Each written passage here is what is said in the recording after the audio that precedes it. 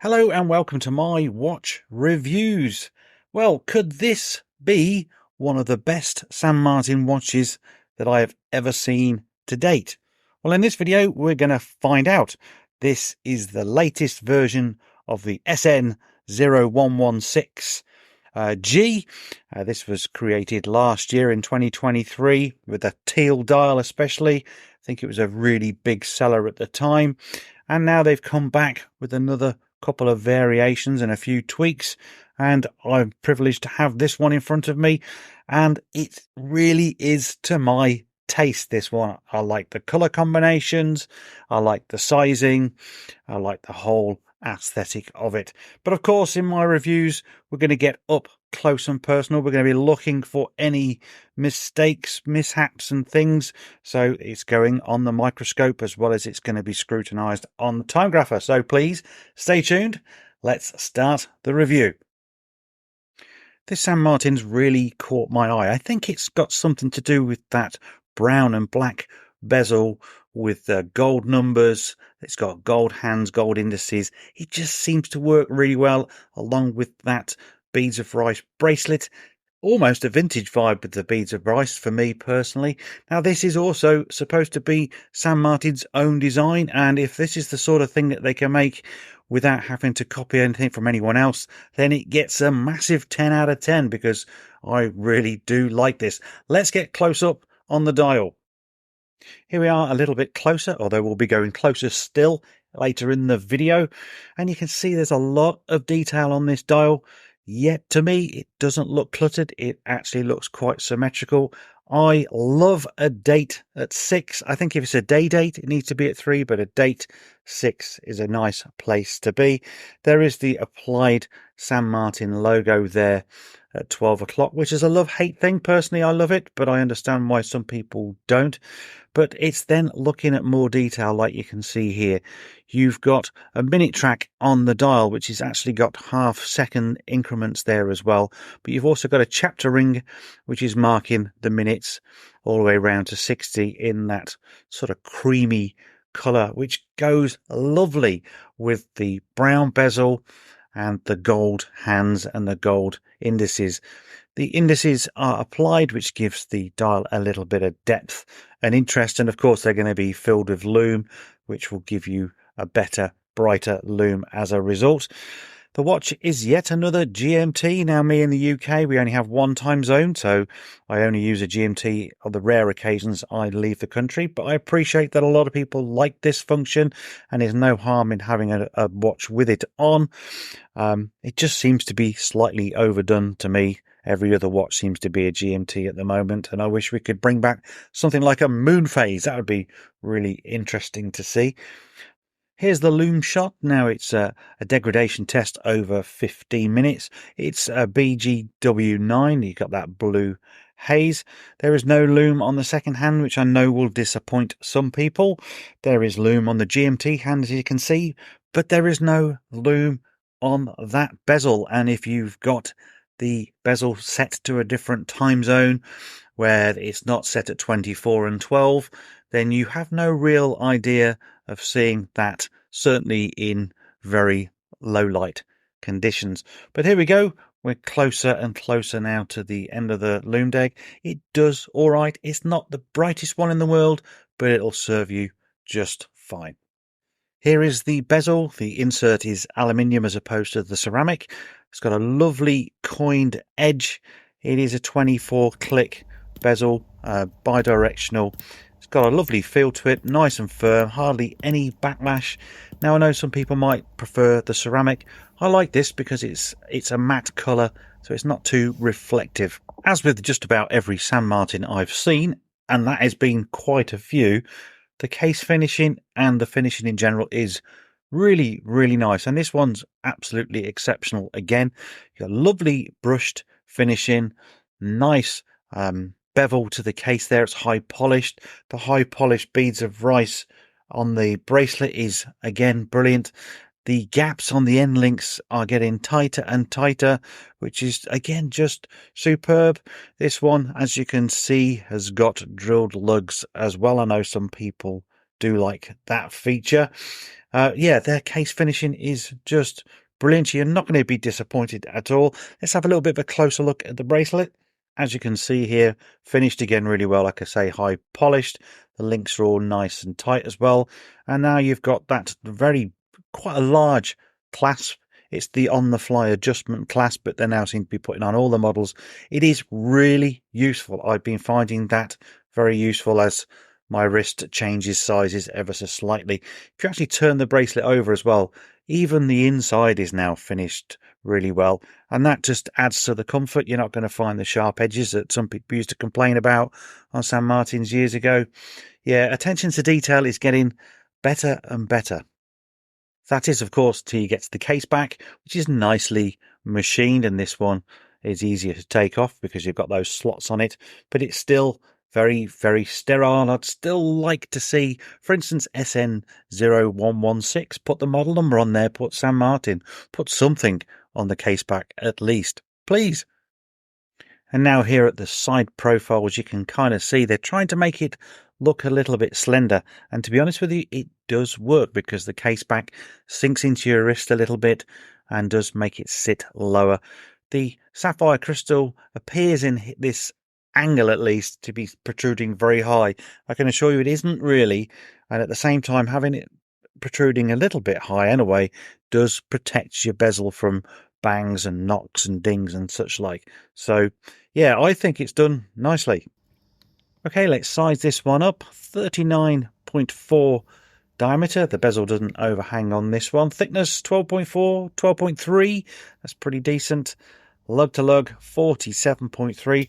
Dimensions are perfect on this one. The lug is 20mm.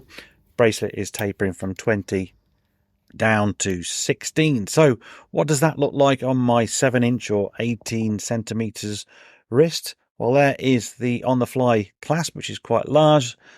Turn it round and there you go. It is a lovely size. I do like 39, 38. That's the sweet spot for a modern watch for me. And this one is great. The colouring is wonderful. I mean, honestly, what is not to like? And now it's time to put it on the microscope. This is the part of my reviews you guys seem to like a lot. So let's scrutinize that bezel insert in particular. So draw your attention to the second two, and there's like a little inclusion. It's like a little mark or a dent. Now, those aren't from scratches or me bashing it, or at least I don't think. I believe they were there when the watch arrived. So that could be just a manufacturing issue. This is aluminium. And yeah, looking at it, it's decent all the same. I love that brown and black. The print there on the numbers is absolutely fine and done well. I can't see any issues with that. Where it joins there is good as well. I mean, obviously there is still that criticism that perhaps they could have been loomed, but then you'd lose that gold colour, wouldn't you? And here you can see the alignment as well, the 24, 60 and 12. I'm just moving it around as well, just to see how it moves. But no much backlash at all. And the alignment is cracking.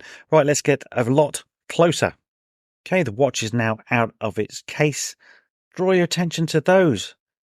Does that one on the right look slightly lower than the one on the left?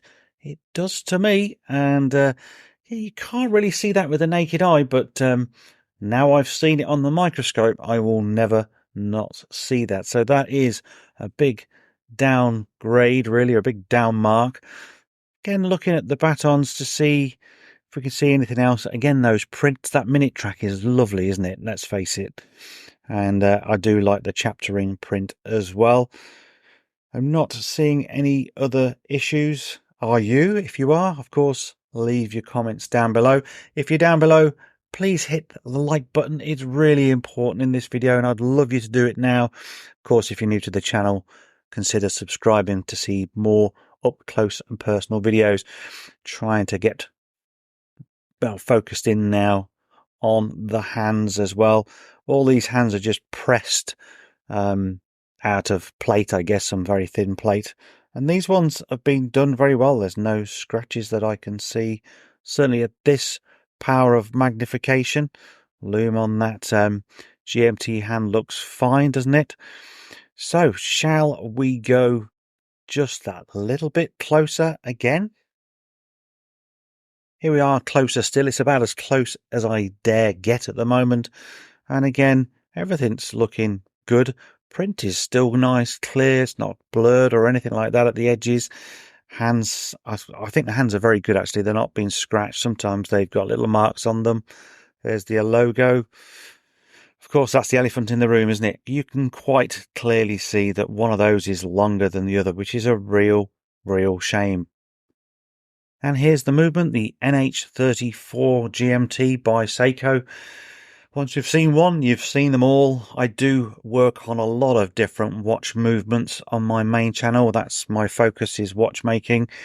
And these are okay. I mean, it's finished all right. Nothing too exciting, but yeah, the engineering is actually quite incredible. This thing called the pull lever, which I'll show you in just a moment, and how it winds. Just having a bit of OCD about the gasket there. You can just sort of see the way that wheel is pushed and pulled, and that actually turns what's called the ratchet wheel, which in turn winds the mainspring. A revolution in Seiko engineering way back in the 70s.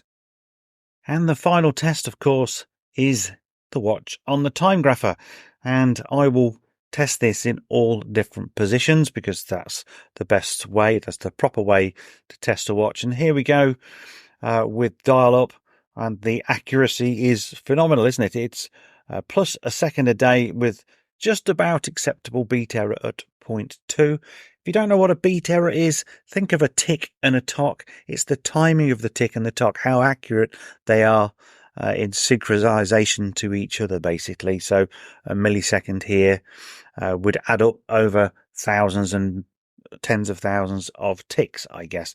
So that is your dial, sorry, not your dial up, your crown up.